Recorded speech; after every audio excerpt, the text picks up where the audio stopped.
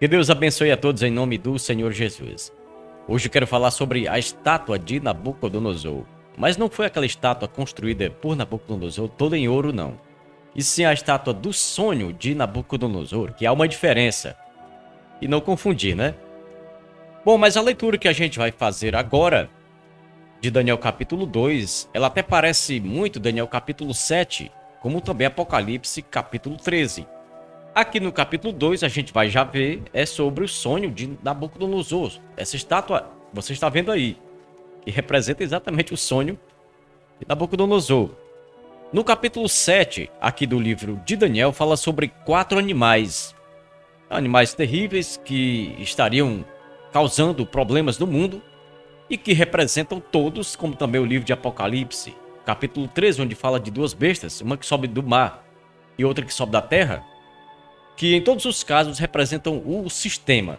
São 4 animais ou 4 impérios poderosos que estão juntos, estão unidos para formarem um sistema, que é exatamente o sistema que estamos vivendo agora, um sistema que combate o judaísmo, que luta contra o cristianismo e que todas as intenções desse sistema é controle, controle populacional, controle mundial, controle em todos os sentidos das informações, de tudo que se passa no mundo. Eles se apegam muito à democracia, mas, na verdade, o grande desejo, o grande objetivo mesmo é o controle.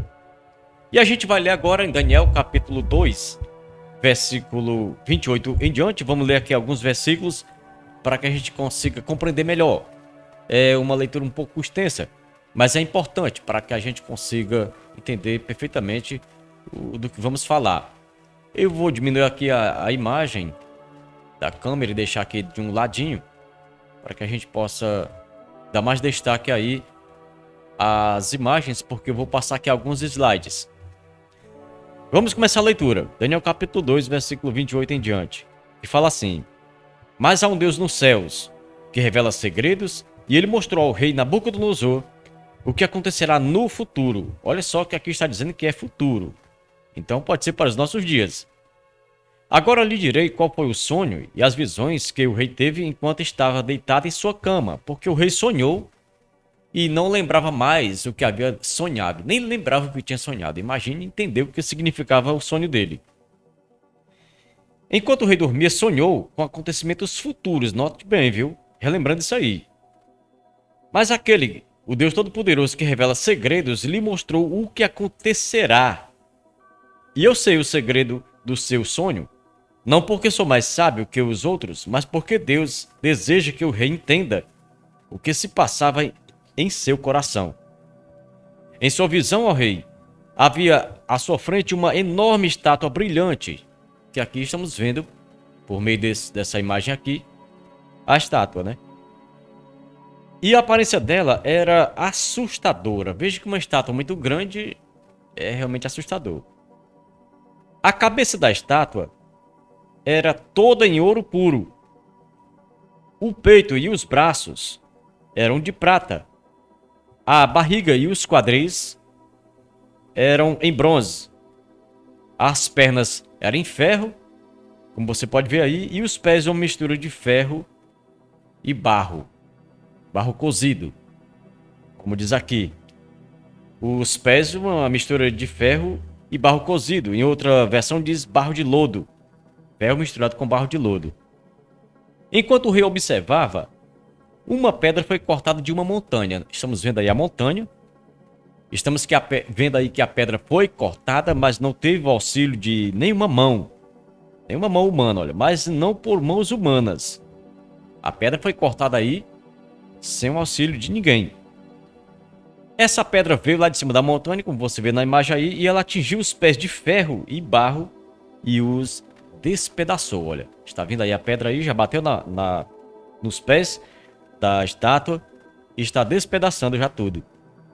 Começamos a ver a estátua caindo aí. E aqui diz que toda a estátua se desintegrou. Olha só, a estátua caindo. E aqui está a estátua toda desmontada. Toda a estátua se desintegrou em minúsculos pedaços de ferro, barro, bronze, prata e ouro. Então o vento levou tudo, como se fosse palha na eira. Mas a pedra que derrubou a estátua se tornou uma grande montanha que cobriu toda a terra. Esse foi o sonho que Deus deu a Nabucodonosor. E aqui nós temos um resumo, com muitos detalhes, sobre a estátua do sonho de Nabucodonosor. Nós vemos aqui do lado esquerdo a cabeça em ouro. E a cabeça em ouro representa o Império Babilônico de Nabucodonosor, porque o próprio Daniel interpreta o sonho aqui ainda no capítulo 2, e ele fala que a cabeça da estátua é o Império Babilônico. O Daniel diz: olha, Nabucodonosor, a cabeça toda em ouro representa você. Aí diz depois que o império se levantará, que vai tomar o Império Babilônico, e esse império realmente aconteceu, surgiu, que foi o Império Medo-Persa, que na verdade hoje a região da Média e da Pérsia é o Irã. E isso aconteceu aí por volta dos anos 539 a 330 a.C.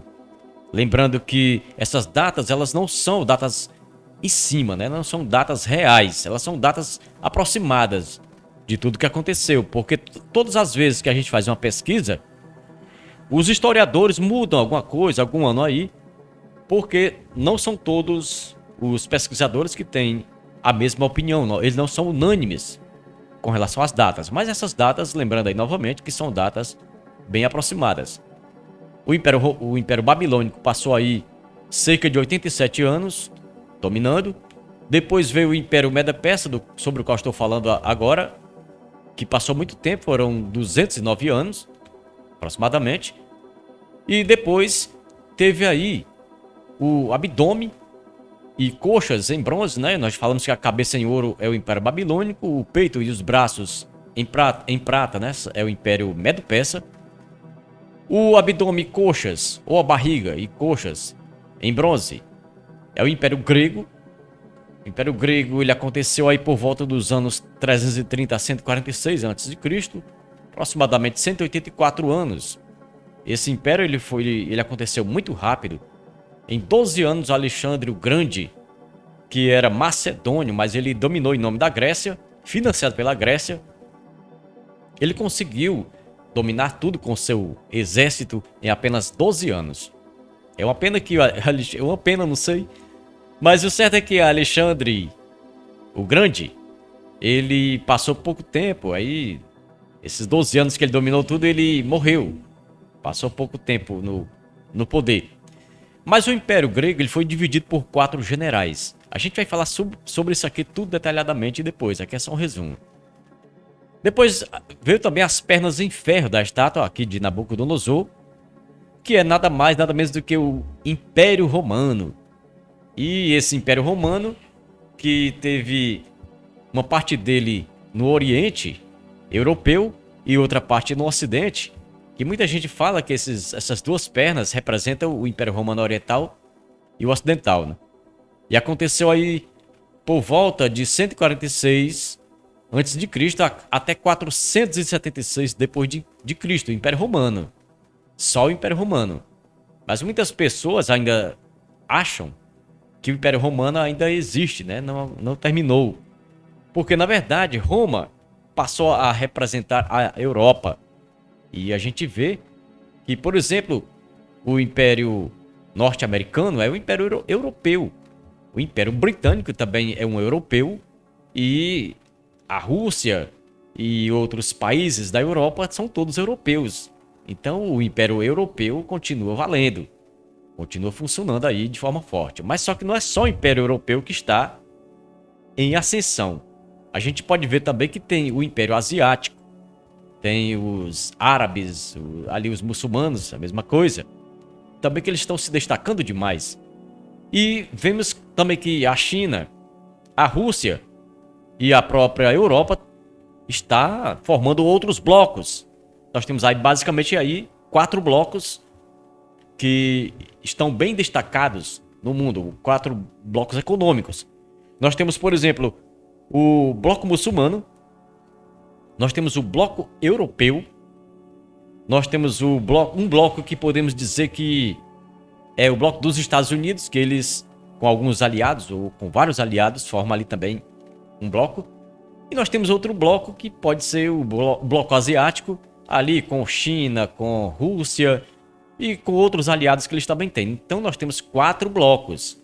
Esses 4 blocos dá até uma impressão que pode ser os 4 blocos anteriores, né, lá do passado. Porque esses impérios do passado, ou blocos econômicos, a gente pode até falar assim. Por exemplo, o Império Babilônico era o Império Semita. Depois veio o Império Medo-Persa, também era o Império Semita. Aí depois veio o Império Grego, que nada mais era do que já um Império Europeu. E o Império Romano também era europeu. Então as coisas até, de certa forma, parecem ainda, né? Ainda, porque foram 2 impérios lá da Ásia, 2 impérios asiáticos e 2 impérios europeus. E hoje nós temos aí 2 impérios asiáticos ainda, que é os muçulmanos e a China, a Rússia por ali.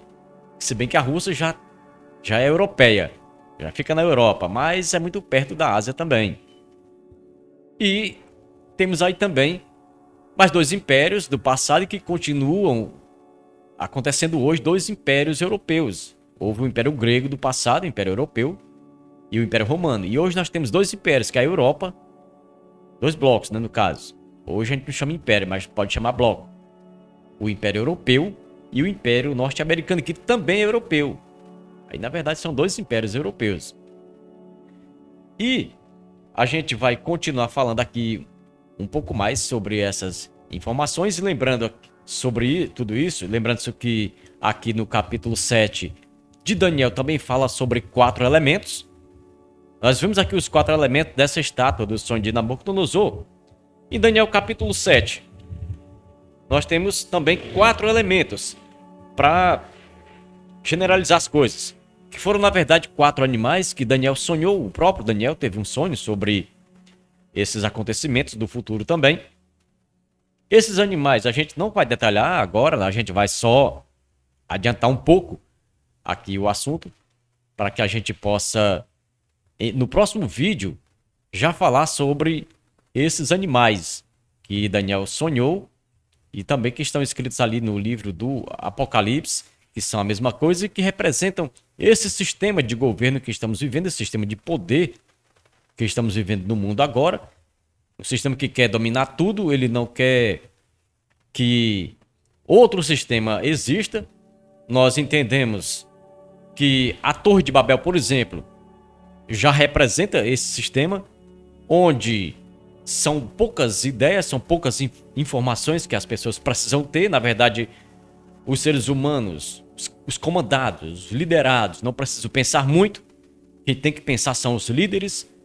Ou seja, uma só ideia, uma só opinião, uma só maneira de pensar. E, sobretudo, muita ciência, muitos acontecimentos que afastam as pessoas de Deus e que trazem aí uma certa descrença em Deus, que é muita ciência e pouca fé, pouca religião, pouco Deus, e vai afastando os seres humanos de Deus. É uma das características aí desse império progressista, desse império que está sendo também chamado império globalista, né? É o globalismo. E tudo isso mostra que a gente pode passar, nós podemos, a humanidade, tanto, não só aqueles que têm sua fé em Deus, mas a humanidade inteira, sim, pode enfrentar ainda muitos problemas, porque a Bíblia ainda vai se cumprir, e de acordo ali com o livro do Apocalipse, ainda vai acontecer muita coisa nesse mundo. Esse vídeo aqui era um dos primeiros que a gente queria trazer sobre esse assunto. A gente está começando a trazer esses vídeos, e como eu falei no começo, a gente pode ter alguns equívocos aqui de datas, esquecer alguma coisa, né? E os próximos vídeos, eles vão corrigir os primeiros. Os últimos vídeos vão corrigir os primeiros. E aqui eu quero agradecer a sua companhia, a sua atenção. Muito obrigado. Fiquem todos com Deus, né? Fiquem todos com Deus e até mais tarde, se Deus quiser.